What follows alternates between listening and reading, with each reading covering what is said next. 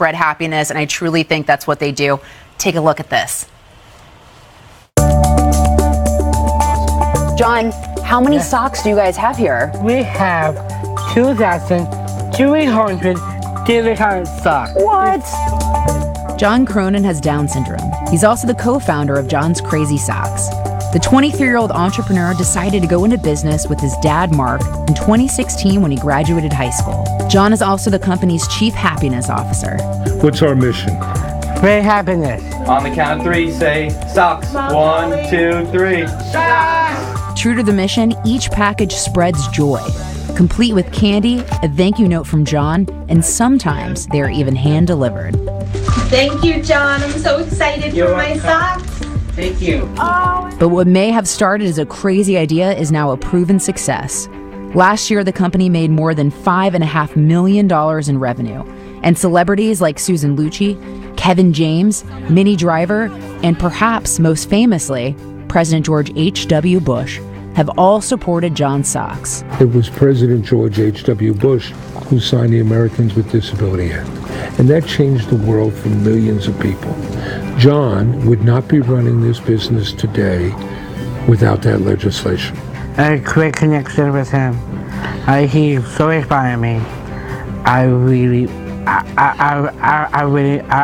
gonna miss him. John and Mark have been inspired to share their success and to give back. In addition to raising more than $250,000 for various charity partners, 5% of all of their profits go to the Special Olympics.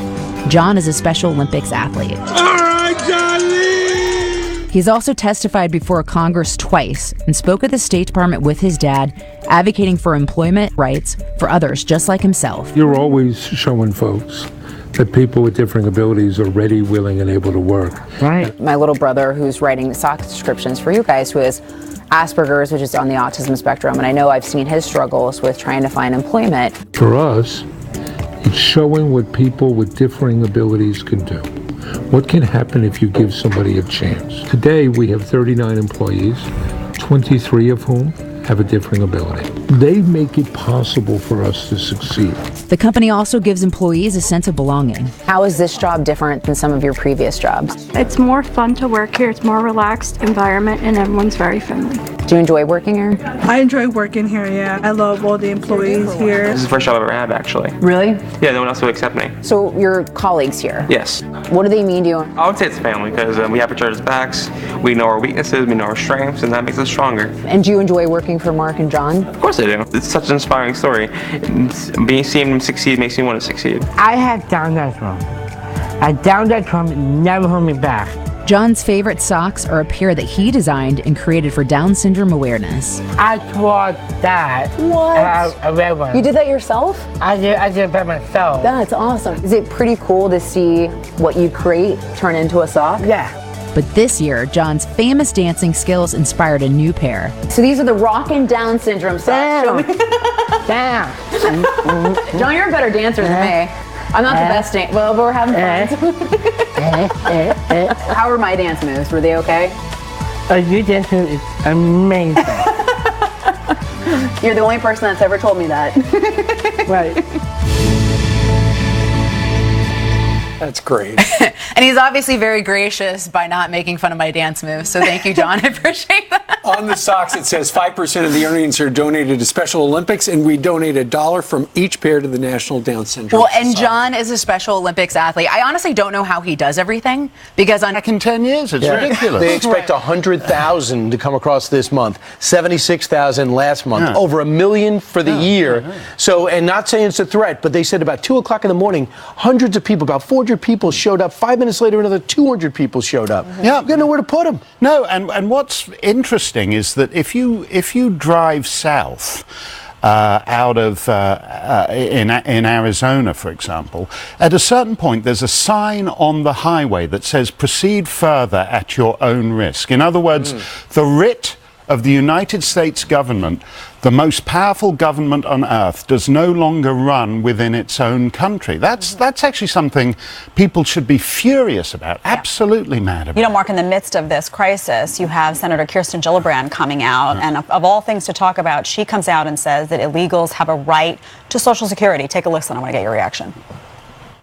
We need comprehensive immigration reform. If you are in this country now, you must have the right to pay into Social Security, to pay your taxes, to pay into the local school system, and to have a pathway to citizenship. I'm not really sure who she thinks this is going to be popular with, this proposal. Well, I'd slightly disagree with that, Jedediah, because I think that to a lot of young people, the abolition of citizenship is actually something that, which is what this is, by the way, because if the perks of citizenship now go to people who just wander in, you are abolishing citizenship. And I think in some strange sentimental way, the open borders thing has an appeal with the AOC crowd. Older generations as well, though? The retired hearing that? No, not at all. But that whole sort of thing, you know, we are the world, we are the children. I think that literally appeals to young people. But Mark, out in Iowa right now, there are all sorts of proposals being floated. Democrats are talking about getting rid of the Electoral College. They're talking about term limits for Supreme Court justices. They are talking about packing the court. And we have played this morning several times a montage of Democrats talking about, okay, you had 5, then you had 6, whatever. Interestingly enough, when FDR did that back in the 30s, it failed. Back in 1983, we want you to watch this video. Joe Biden, a younger senator, was there in a committee hearing talking about how packing the court was a bonehead idea. Watch. President Roosevelt clearly had the right to send to the United States Senate and the United States Congress a proposal to pack the court. He was legalistically absolutely correct, but it was a bonehead idea. It was a terrible, terrible mistake to make, and it put in question, for an entire decade, the independence of the most significant body, including the Congress, in my view, the Supreme Court of the United States of America. Do you think he's still going to say it's a bonehead idea? No, he won't. I'd forgotten how irritating Joe Biden got so fast. That's like that's like classic Joe Biden, and he was doing it when he was 12 years old, or however old he was when he first got into the Senate. Look, the problem is judges are too powerful, and the idea that you have 5 judges who essentially outpunch 300 million Americans, and in the case of Anthony Kennedy, if you're talking about the Supreme more Court, conservative members of the court. Well, if you're saying, you know, basically Anthony Kennedy became the supreme intergalactic arbiter, rewriting all kinds of things, like the laws of marriage, which predate the United States by thousands of years. There's something faintly absurd about that, and they're they're right in that when you were saying it's turning into a super legislature, it's basically the House of Lords, and it shouldn't be, and that's wrong. I don't think lords belong in this country. That's well, no, you're right. You're the citizen of a republic, and you don't want viscounts and dukes, whether they're wearing red ermine or black robes. Exactly. Also, just real quick, when you need energy and you want to feel revitalized, did you ever go to New Mexico and eat dirt? Because it turns out that Beto O'Rourke did just that. Another interesting twist to the character, which is the candidate, which is Beto O'Rourke. Well, I've often wondered how because he's like the world's oldest skateboarder. I love it. I hope when he takes the oath of office, he comes skateboarding down Pennsylvania Avenue without a tie. Yeah, without a. Because I'm so impressionable. I think, wow, I have no idea what his foreign policy or his economic policy. But when I see a middle-aged guy on a skateboard eating dirt, passing the drive-through window of the New Mexico dirt counter, I think, wow, that's what I'm looking for in a president. He bought some dirt home for his family too. New Mexico. No. Spread the dirt around. That's right. You know, Mark, the college admission scandal has gained so much heat. So many Americans, so many people infuriated by this story. And there's a new poll out, Americans and where they stand on college admissions. 67% believe that admissions unfairly favor the wealthy. 19% that it's conducted fairly. 14% undecided. This has created a national conversation about A, whether college is for everyone and parents should be pushing kids to go to college regardless, and 2, whether the wealthy are really controlling the system in more ways than people even imagined. No, I think they've corrupted. What's interesting about this thing is that it's not just the actresses and all the rest of it, but they corrupted the college administrators, college sports coaches who got, people who weren't going to play this sport, had never played this sport, and so in effect these coaches are restricting the pool pool of talent that they. I wish it had been like that. You know, I would have liked to have been. Canada. Well, no, I was thinking Canada's college curling championship. I never played. They would have come around and said, "Oh, here's the trophy." I go, "Wait a minute, I've never played this sport." Thanks, Mom. I appreciate it. Instead of a piston trophy, it's a wrong trophy. Right. But this is the story. This today is Lori Loughlin's daughter, Olivia Jade, is mad at her parents. Yeah, for making her career. For making her go to college. And to go back to what Jedediah was saying, again, this is like the biggest structural defect in America today. People go people who shouldn't be going to college go and take 6.5 years to stagger through a degree that isn't worth getting, that leaves them with 6 figures of college debt. It's this for-profit colleges they had out in the West. I think it's Corinthian colleges. They went bankrupt, and somebody said to me, "Oh, they're a chain of universities."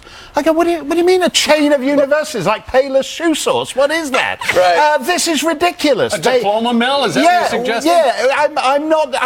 But the diploma mill. If you go to a diploma mill in Kazakhstan, you don't have to go to Kazakhstan. You can do it on the internet and get it for $30. To take 6.5 years and have a 6-figure debt over it is ridiculous. Yeah, I think so. I think we're getting to that, especially when you're a non-soccer player at UCLA and you actually take someone else's spot. Yeah, no. Good luck on the Canadian curling, by the way. Oh no, I'm the champ. By the way, I won the Stanley Cup last year. I didn't realize it. My parents bought it for me. I'm so grateful. Thank you, Mark, for being here. Thank you. He's Mark Stein. And she's Jillian Milley with the news. Who has curled before. It is both difficult and very fun. I can attest to that. Curling joke. You've got the stones for it. Ah, there you go. There you go. Curling joke. Really? That's so inside I don't get it. The stone, on the ice. Oh boy. Yeah. All right, you guys tell Brian what that's about. I'll tell you about this. The jets at the center of the Boeing controversy lacked 2 key safety features. According to the New York Times, the company sold them as extras. Boeing says one of them, the software system, will now become standard. Meanwhile, the Senate is gearing up to probe Boeing over concerns about the 737 MAX. That was the model involved in the recent Ethiopian Airlines crash and last year's Lion Air disaster. The sheriff's deputy murdered in a Washington state shootout now identified. Deputy Ryan Thompson was shot and killed while responding to a road rage call. The suspect was also shot and killed. Rookie police officer Benito Chavez is recovering from a gunshot wound. Deputy Thompson was a 14-year department veteran. He leaves behind a wife and 3 kids. We have a link to donate to his memorial fund on our website. 12 law enforcement officers have been shot and killed this year. Joe Biden is reportedly considering a White House run with Stacey Abrams as his running mate. According to Axios, advisors for the former vice president are debating whether or not to package his 2020 announcement with a promise to choose Abrams as his VP. Abrams, a Democrat, narrowly lost her run for Georgia governor during last year's midterm elections. She met with Biden in Washington last week. The Library of Congress adding 25 recordings to the National Registry. That includes a speech by Robert F. Kennedy, history album, and several popular songs. Sweet Caroline, your time never seemed so good. So good. So good. Neil Diamond's 1969 hit Sweet Caroline making the cut. The Library of Congress selects recordings that are deemed culturally and historically important. Back to you. So I wonder if they actually get a copy of the record or they just go to applemusic.com. I don't know. You normally have all the answers. I've got them right here. Hey, Siri. All right. Thanks, Jillian. All right. Meanwhile, this is a big thing. Red is ISIS. When I took it over, it was a mess. Now, on the bottom, that's the exact same. There is no red. Yes, President Trump pulling out a map to show the collapse of ISIS is imminent, thanks much to the Kurds, too. U.S.-backed forces are now searching for the remaining terrorists hiding out in tunnels. There aren't many left. Benjamin Hall is live in Syria with an exclusive look at the front lines in Bahus, Syria. Benjamin? Brian, Stephen, Deb, good morning to you from Syria. As you heard there, President Trump saying that the fall of the caliphate was imminent. Well, we are learning the same thing here on the ground, and we spent the last 5 days embedded with US-backed forces for the final push. Here's a little bit of what we saw behind the scenes. Welcome to Syria.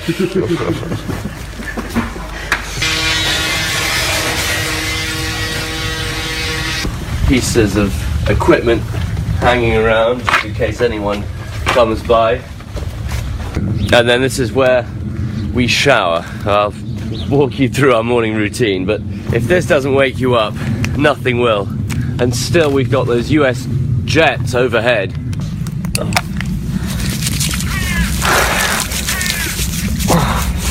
But now we're ready for the front lines. Go, Benj. Go.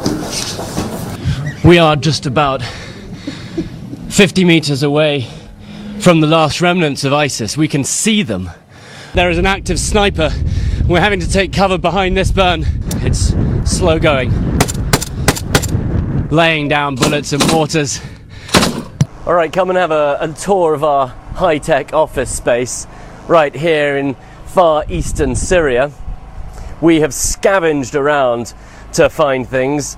There's our old gas cooker, and here our desk space. That's also where the gunfire comes from, and there actually, and now I think about it, over there, you never know where it's going to come from. Yesterday a shell landed on the roof. Benjamin, that is terrific because it gives us the gunfire and the bombs actually went quiet today. Yeah, that gives all of us a better appreciation for how hard it is to cover a war from the front line. In this case, dwindling front line. Yeah, and it has been a really tough push, a big final offensive. Just a few days ago, they didn't know how many ISIS fighters remained. They have pushed this announcement back for some time now. But the fact is, President Trump told the US military to take the gloves off against them, and we've seen that here. We've seen the devastation of some of the formerly ISIS-held towns. Right. And the SDF and the US-backed forces here are so grateful for President Trump and to the US for helping that happen. But now really all eyes on the future and how to rebuild this broken community. And 20 seconds, Benjamin, how important is it we have some type of presence there going forward? Yeah, it's absolutely critical, and they are very pleased with President Trump's decision to leave troops here. They say that's going to give them stability they need to move forward, to prevent Turkey coming from the north or Assad and the Iranians from the south. And they think with that support, they will be able to start rebuilding, but only thanks to that decision to leave troops here. Absolutely, and that's thank goodness for the Kurds. They fight like real warriors. Benjamin Hall, great job. Thanks, stay safe. Meanwhile, coming up straight ahead, remember when Dana Lash was heckled at a CNN town hall? That special just got an award for excellence. Let me answer the question. You can shout me down when I'm finished, but let me answer Emma's question. It's a huge, wait a second. Yeah, Dana's outraged, and so should you be. She'll join us next. You want both sides, and you were the other side. Well, and you're right, and it wasn't exactly a town hall either. I mean, the whole thing was titled "Students Demand Action." That's how it was presented. That's how it was titled by CNN. So it wasn't a town hall. It was not a journalistic enterprise at all. It was a very public, cathartic kind of shaming. I don't exactly know what to call it, but it didn't advance the conversation, and that's what they say in the award. They say that this town hall advanced the conversation, and as you guys saw, there wasn't really any conversation that was being had there. Yeah, Marco Rubio also took it in the teeth from tens of over 10,000 people who were against him, as you were getting yelled at, and you were sitting next to Sheriff Israel.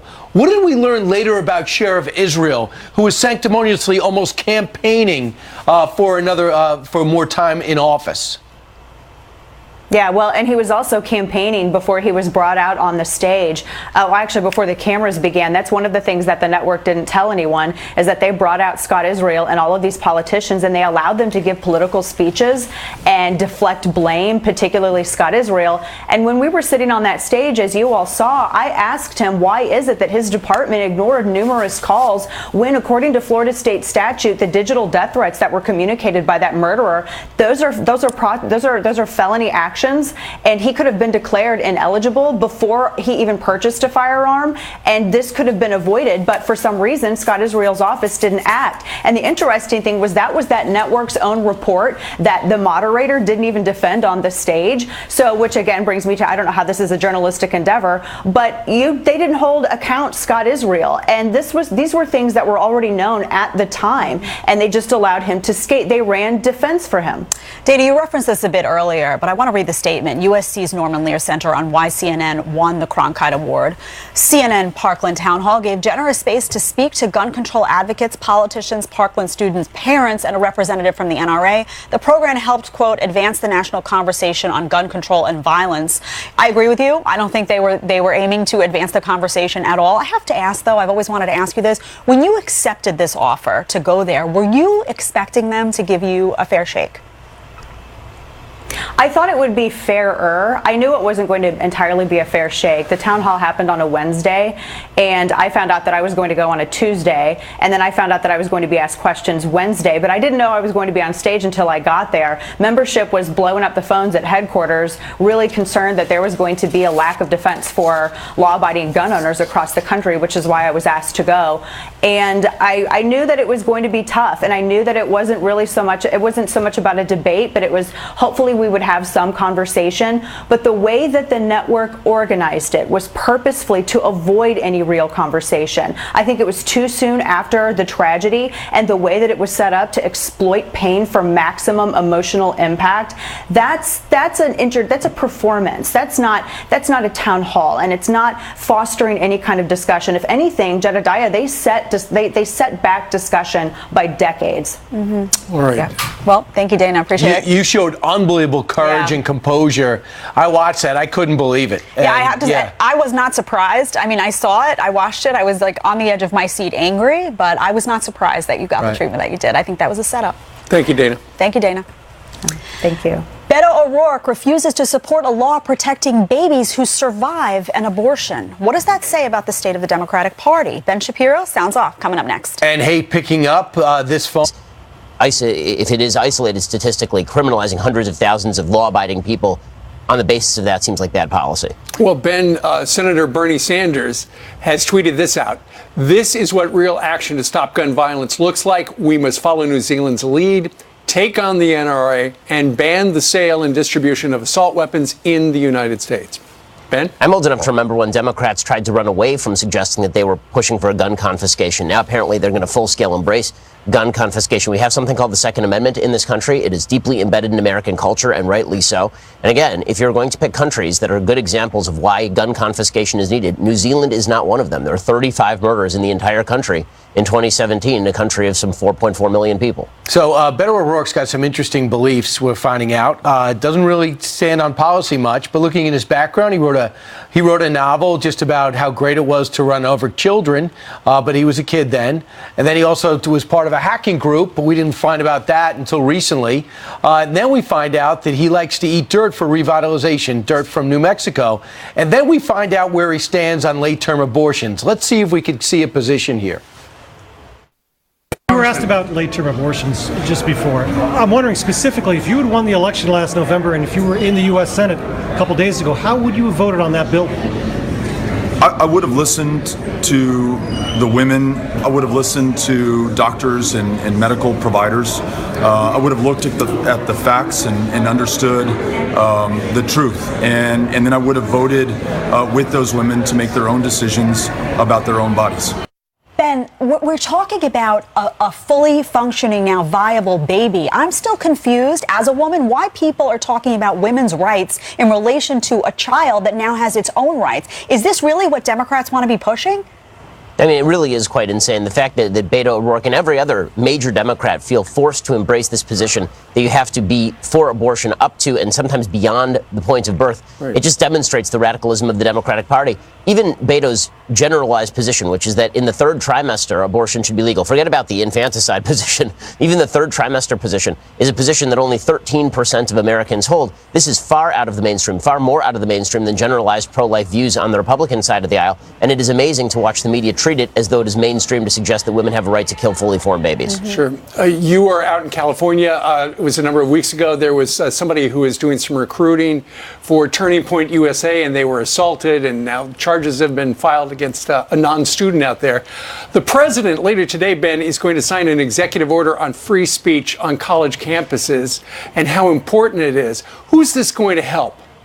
Well, presumably it will help people on college campuses who are trying to exercise their free speech and are prevented from doing so by the administration. I think the real question, as with all executive orders, is how's it legally drawn up? Just the lawyer in me wants to know that the Constitution is being followed, that all of the laws are being used, and that this isn't sort of an overreach. But I don't know that until I've seen the text. The generalized idea of protecting the First Amendment by connecting, for example, university funding for research to their adherence to the First Amendment, that seems perfectly acceptable to me. Right. Somebody who's gotten protested, locked out, screamed at, going on college campuses, you know exactly the problem. Also, your new book is out. It's called The Right Side of History, How Reason and Moral Purpose Made the West Great. What do you mean reason? Are we really a reasonable people here in the West? Well, I think that the basis of the West is reason. The basis of the West is this notion that we are individuals made in the image of God, and this comes from the Judeo-Christian tradition, and that as individuals made in the image of God, we have reasonable capacities that we ought to use to pursue virtue, which is the Greek idea of natural law. That combination between Greek natural law and Judeo-Christian values created the West. All of these thoughts are deeply embedded in the Declaration of Independence and the Constitution. I think one of the reasons our conflicts and anger levels are so high in the United States is because we've largely forgotten those roots, and we've moved toward a subjective belief that our own feelings matter more than objective truth or eternal values. Right. We're seeing a lot of that about feelings, aren't we?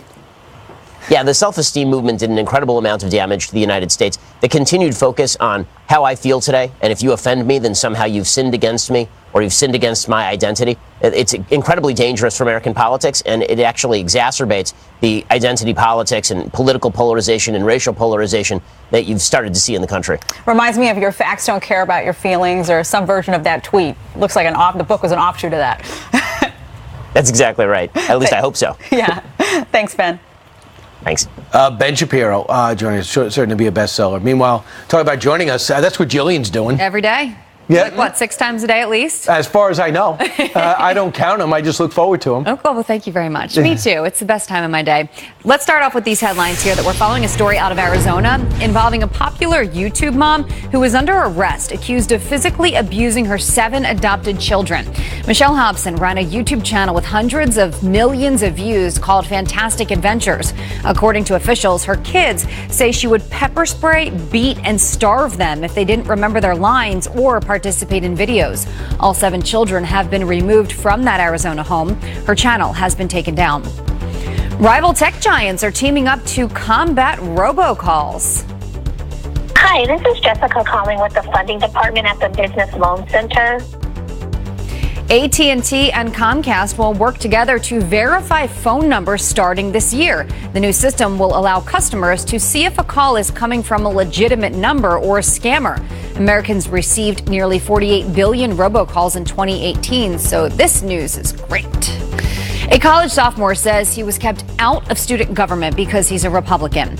After his confirmation to the UMass Senate, Richard Cullen told the school paper, quote, "It was a slap in the face to open-minded, welcoming individuals across campus. One question that saddened me was when a senator questioned my ability to work with every member." Cullen said that ability was proven last year when he was a member of the Senate. We now know one of the most iconic movies of all time almost got a sequel. My mom always said life was like a box of chocolates. You never know what you're going to get. The writer of Forrest Gump telling Yahoo that he handed in the script for a sequel the day before 9/11. Eric Roth describing a meeting with Tom Hanks and the movie's director saying, quote, "We looked at each other and said, this movie has no meaning anymore." How about that? Well, they thought about it. It was a big moneymaker and super impactful. I love that movie. Could have been another. I know. All right. 19 minutes before the top of the hour on this very busy Thursday in Janice Dean, we have dispatched to the streets where it is soggy. It is, yes, mostly rainy today. Let's take a look at the maps and I'll show you the temperatures across the East Coast. Going to be too warm for rain across portions of the Northeast, but interior sections could get a little bit of snow across the higher elevations. And once we get some colder air pulled behind this coastal low. So yes, heavy rain in the forecast, not only today, but into the overnight and into tomorrow. And then you see some of that snow flying across the interior sections of the Northeast and New England. Heavy rain, we could see some flash flooding, unfortunately, over parts of the mid-Atlantic and the coastal areas. Across the central U.S., things are dry, but we're still watching epic floods for the Midwest, Nebraska, Iowa, Wisconsin, and all the way down towards the Mississippi River Valley. We're also watching an area of low pressure across the Southwest. All right, back inside, Jed and Brian. So if you have a project that demands that maybe you do something to salute soldiers, what about the fallen soldier idea? Wouldn't that be a good idea? You know what the fallen soldier idea would be? It would be getting a rifle, in this case a fake rifle because you're in junior high school, and then you put a helmet on it and you put boots on the bottom, just like sadly they do in the battlefield when someone falls to enemy fire or whatever. I think that's a great move. However, I am an army of one because the school management did not feel that way. And that is the final project right there. As a young man who joined Brian, you and Jed earlier, that's what he turned in, but then he got suspended for 3 days. Yeah, that's right. He got suspended by the school. Tyler never even got, Tyler never got to class. He never even got to do his project because he was stopped in the hallway. The piece was removed, and apparently the Nerf gun that he used, they said, violated school policy on guns. And Tyler, of course, is coming back and saying, hold on a second. And his attorney, he talked to the teacher ahead of time. The teacher knew full well what he was going to do, so they don't understand why the suspension happened. Here's Tyler. Administrator from the office took the monument and brought it into another room. This means so much to me because that was the last chance that the military, like their friends, got to say goodbye to him, and then they have to go back out and fight. You know, at this point, we're going to do whatever we have to make this right. We would like the school to apologize not just to him, but to the staff sergeant that showed up at the school board meeting and wasn't allowed to talk during their public comment. So they go at night to try to straighten this thing out, and he was not given time to speak. He already served his 3-day suspension. The teacher is MIA. He's the one who signed the project and okayed this whole thing. Yep, and they want an apology, obviously. The Salinas City school statement says the board will not be making any statement that violates a student's general right to privacy. I'm not really sure what that means. Basically says nothing. Looks like they don't want to go on record saying anything. It seems really ridiculous. This was a tribute to a fallen hero. I don't really understand the controversy here. And was he suspended because of the fake gun? That was what they said. They said that the gun violated their policy on guns. It's a Nerf gun, by the way. So he stayed in school for 3 straight days and stared at a wall. And I think he delivered his project without what he had made, which is completely ridiculous. This whole story is infuriating to me. So he wants his record expunged, and they want a donation to a military foundation. Also, super disrespectful, by the way. If military people in the community come out and want to speak up, let them have the stage for a second. They might have something to say that might change your mind. Indeed. Let us know what you think. In the meantime, 12 minutes before the top, they are up next. Fox News correspondent Jackie Heinrich is sharing her All-American chili with her mother as we're cooking with friends. Trump taking part in a business roundtable discussion a short time from now. We await his departure from the White House. All of this after a big speech in Ohio yesterday in which the president predicted the defeat of ISIS, saying the terror group will be gone by tonight. We'll have a live report from the front lines, top of the hour. And the New York Post this morning, escape from New York, why New Yorkers are fleeing for Florida. All of that coming up in a live 3 hours from America's Newsroom, top of the hour.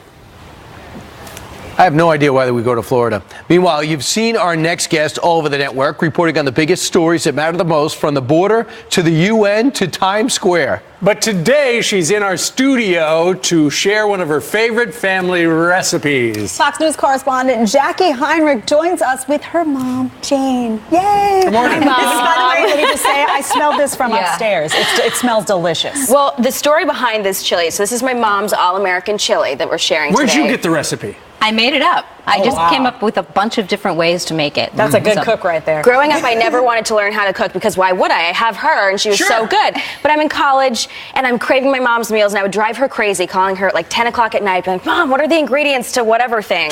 So I started writing them down. So now I've got a recipe book. This is like vintage now of all my mom's recipes. And this is one of my favorites and it is a winner, let me tell you what. So Jackie and I are actually office mates here at Fox, I'll have you know, and I'm just very offended now you haven't brought any leftovers in. I'm hoarding them for myself. Let's make the chili. All right, so you want to have your beef or sausage together, chop up your peppers and everything. Mom, I'm going to have you do the tomato sauce because I'm wearing white today. So wait, stop. We're going to put this in first. Oh, see? We want to put all of the spices in first Okay. because that perfumes Yeah, the meat. check your- always listen check to your Mom. book. Yes. There's a reason why they have that order in your recipes, right? Absolutely. There's a reason why I never wanted to learn how to cook. I've got her to do it for me. And then we can go ahead and put the beans in. That is Add a lot the of beans, yeah. and now go ahead and add the tomatoes. There So we go. Jane, what was Jackie like growing up? Oh boy, she was so determined. She was just, Type A personality? Yes, she had about 7 books going at a time, all the time. And I said, how's that possible? How can you do that? How can you keep track of what book you're reading? But she did. And then a week later, she'd want to go to the bookstore for more books. I said, you read them all? She did. Let's go to the library. They're free. Yeah, exactly. Don't go to the mall, go to the library. Yes, That's a dream kid. Yeah, she was great. All right. She's That even looks better delicious, now. how that's mixed. Well, she was the best. I'm the oldest of 4 kids, and so we always had to have meals that were easy to freeze or have on hand that could feed an army. So this is one of my favorites. Do they all get a book like this? I need one. I know. I wrote them down because I was driving her nuts. Her siblings are wanting this book now. Yeah, this is like a can't have prized it. possession, I Okay, bet. so you boil that up, and then it presents like this. Yep. We've already got right in front of us some samples, and so how do you dress it? So I would With put it with some cheese, or the great thing about this is you can actually switch it up and use turkey chili if you don't want to use regular sausage or beef. You can make it Baja style and add some avocado, some Make this sour vegetarian, cream. probably. You can, yeah. Yes. Yeah, so, and there's cornbread. Sometimes you can serve it with tortilla chips and make it like a dip. It's just so versatile. Avocado on top is great too. Yeah. Hey, don't you think quickness matters? Absolutely. You got to get it going. Handsome Speed guys. matters. And you want something in the fridge for later, like when you don't have time. Leftovers. Oh yeah, leftovers are the best. Delicious. Okay. Good job. Live at foxnews.com and be part of the fun. And speaking of fun, take a look last time. Live from New York City, it is our second studio audience show. Right. Does this kind of remind you of your town halls? It does. It's great. What does our audience think about the threat of climate change? How many of you think it's the greatest threat facing our country right now? 0. How many of you are against legalizing weed at the federal level? I think it should be legalized so we can control it for medical purposes. The amount of things that it leads to thereafter is just, it's really harmful and it ruins many people's lives. Did anybody travel more than 500 miles? Louisiana. Noonan, Georgia. From German Valley, Illinois. Are you guys excited to be here for Fox and Friends Live? Oh, that's great. So once again, if you'd like to be part of the studio audience, send us an email, friendslive@foxnews.com. It's going to be April the 12th, a Friday. Looks like fun. Jackie's going to cook more in the After the Show show. We're going to go bring in that book. And if you have to leave, remember it's on Fox Nation. And if you have to run from the TV, on Fox Nation also is the radio show. Which you can see and listen. I want to see you today. Oh, you're coming on. Yeah. You're coming on So live. fun. Mostly sunny. Have a good day. Good morning, everyone. Breaking news from the campaign trail. President Trump making a bold declaration on ISIS as he travels through the battleground state of Ohio. Good morning, everyone. I'm Sandra Smith. Good morning, Sandra, and good morning to you. I'm John Scott, in for Bill Hemmer. The president sounding the death knell for ISIS, saying the terror group's defeat is imminent.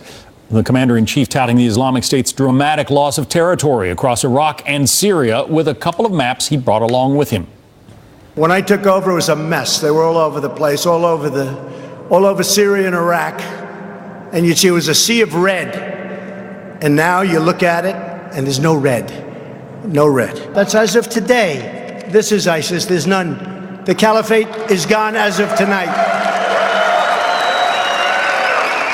Pretty good. That's pretty good, right? Benjamin Hall is reporting live now from Baghouz, Syria, where U.S. forces are working to finish crushing the terror group. Benjamin?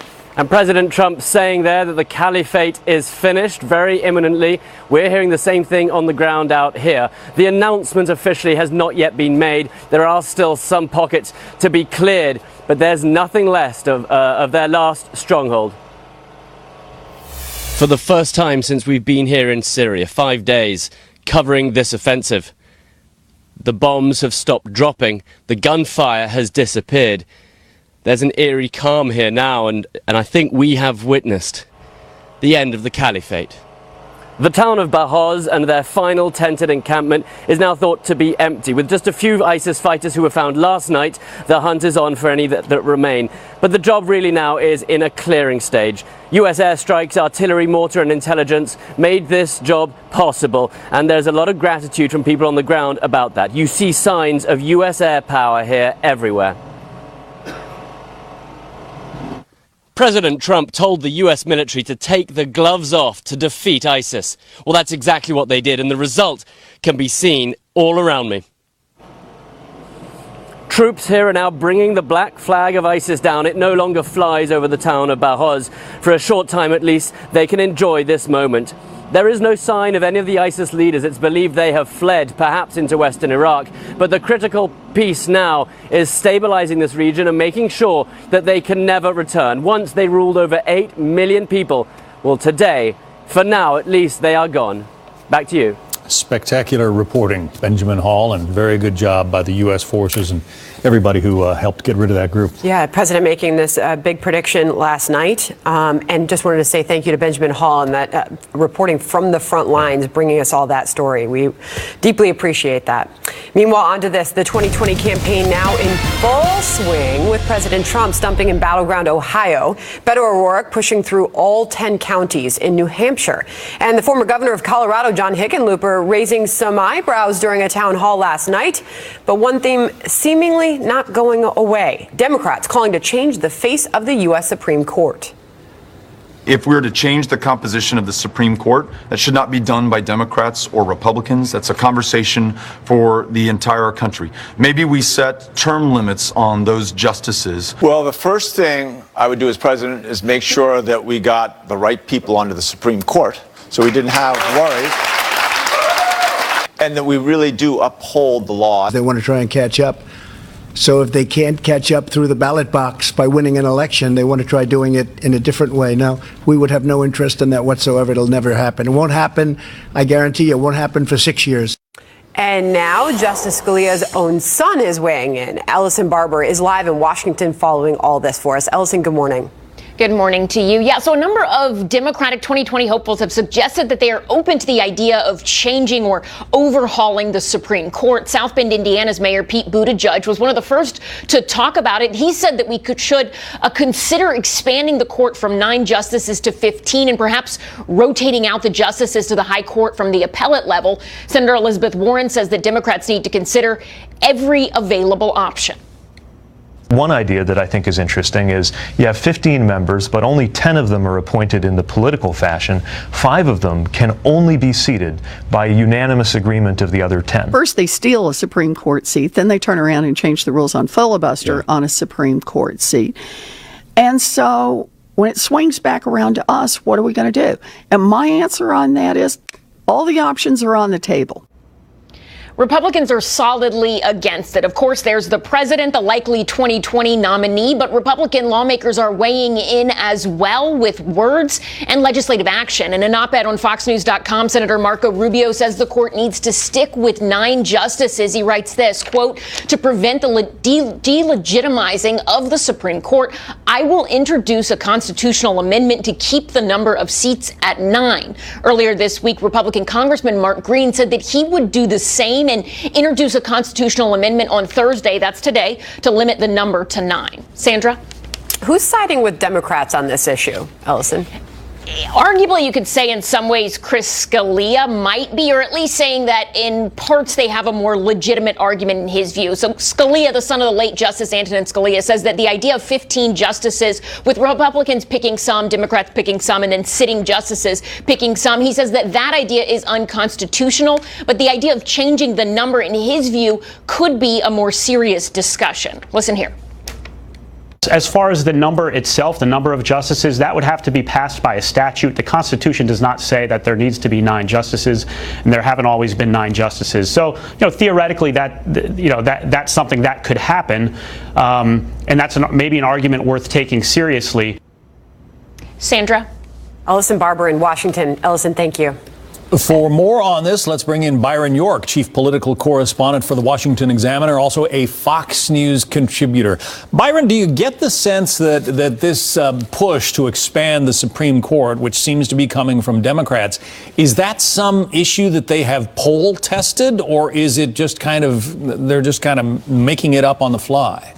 I think what you saw from Senator Warren, what she just said, is that there's a deep resentment among Democrats over the Supreme Court. They felt that the Republican Senate played dirty with the Supreme Court when they did not take up the nomination of Merrick Garland under Barack Obama, and perhaps it's time to do something on their own. They feel that because of the Garland matter, the current court, or the Republicans on the court, are not fully legitimate, and therefore they would be justified in making this change. By the way, Franklin Delano Roosevelt proposed doing this back in 1937, blew up in his face, never happened, but he, like Democrats today, called it an effort to, quote, reform the Supreme Court. People say that the court has become politicized, but, there is nothing different about the way justices are being chosen. They're chosen by a president of one party or the other, and then confirmed by the Senate. Well, the Supreme Court is extremely important to activists on both sides of the political sphere. I think if you talk to Democrats, the most important person in the world today is Ruth Bader Ginsburg, that their desire to see her remain on the court until a Democrat becomes president and would be able to replace her successor. So this is always a highly politicized situation. But with this sense of grievance after the Merrick Garland matter, Democrats feel, I think, justified in making changes and proposing changes. And as Christopher Scalia said, the Constitution doesn't say you have to have 9 justices on the Supreme Court. Congress could pass a law and make more. Other proposals are coming out from people like Kirsten Gillibrand, who is running now from the state of New York. Listen to her thoughts. We need comprehensive immigration reform. If you are in this country now, you must have the right to pay into Social Security, to pay your taxes, to pay into the local school system, and to have a pathway to citizenship. That must happen. It's a little hard to hear, but she says, if you're in this country now, you must have the right to pay into Social Security and all of those other things. What's the conservative response to that, Byron? Well, there's no doubt the Democratic Party has moved far to the left on the issue of immigration. Simply impossible to imagine a Bill Clinton or Hillary Clinton of several years ago, or even an early Barack Obama saying anything like that. And I think that if that were actually turned out to be the position of a Democratic nominee that is offering federal benefits to people here in the country illegally, that's something that President Trump would be very happy to campaign against next year. All right. So the idea that all you have to do is make it into the country and then all of those benefits accrue to you. I mean, there are 12, 13 million people here already who would be covered under Kirsten Gillibrand's idea?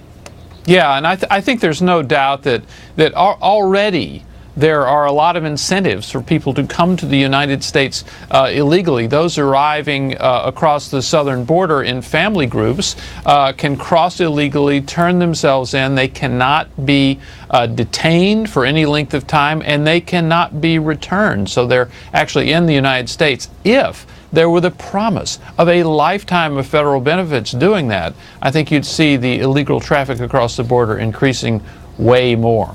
Byron York, Washington Examiner. Byron, thank you. Thank you, John. A bold new response from New Zealand nearly 1 week after the massacre that took 50 innocent lives. The new law the nation's looking to pass and what it will do straight ahead. Plus this.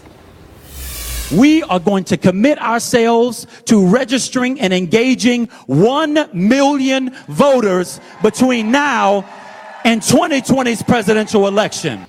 Well, Andrew Gillum may have lost his bid to become Florida's governor, but now he's launching a massive move to flip the Sunshine State from red to blue in 2020.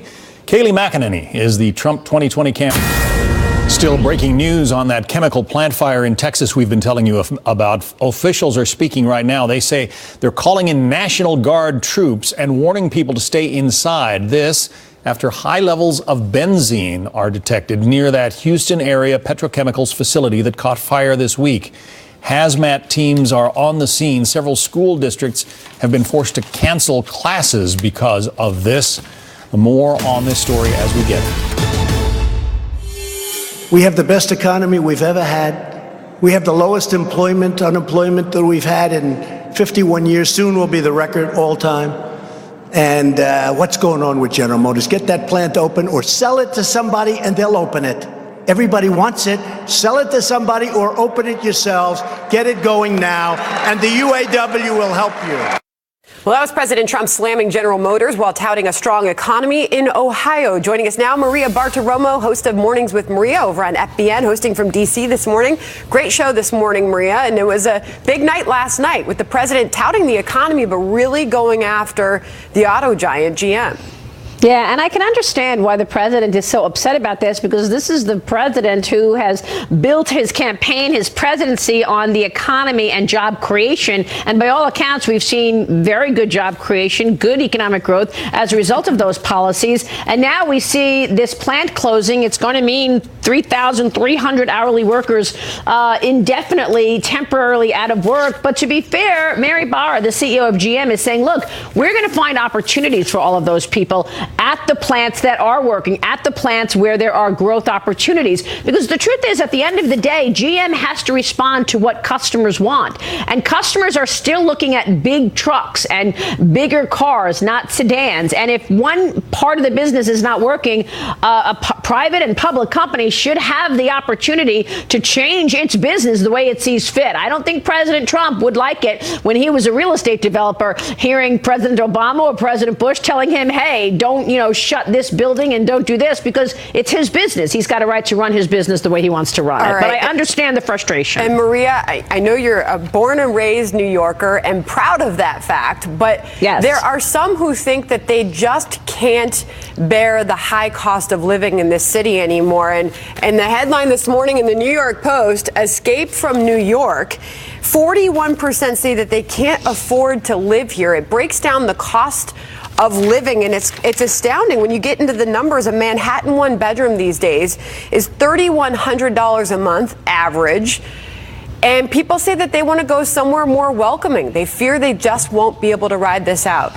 Yeah, and I understand that too, Sandra. I mean, look, you don't get much for that $3,100 apartment either, for that one bedroom in New York, because not only are you talking about very high housing expenses, but it's the tax story. Look, you and I have spoken about this a number of times. Money is mobile, and money is going to go wherever it is treated best. And there's no secret to the fact that rich people and big businesses are leaving the high tax states because they can get a much better situation in places like Florida, in Texas, where there is no income tax. So when you see taxes where they are in New York, not only are you talking about federal taxes, then you've got state taxes, you've got city and local taxes. It gets very expensive. And if a person sees that it's costing them so much money to live in a certain place, they're going to look and assess their situation and say, you know what, I may get a better deal in Florida. Remember AOC, Alexandria Ocasio-Cortez's mother. She grew up in Queens. Even her mother moved out and she went to Florida. That's the situation. In Connecticut, GE left Connecticut and went elsewhere. Why? He went to Massachusetts because the taxes were just too strangling for these companies. You wonder if this is just the tip of the iceberg. Here's the latest polling from Quinnipiac on living in New York State. 61%, only 61%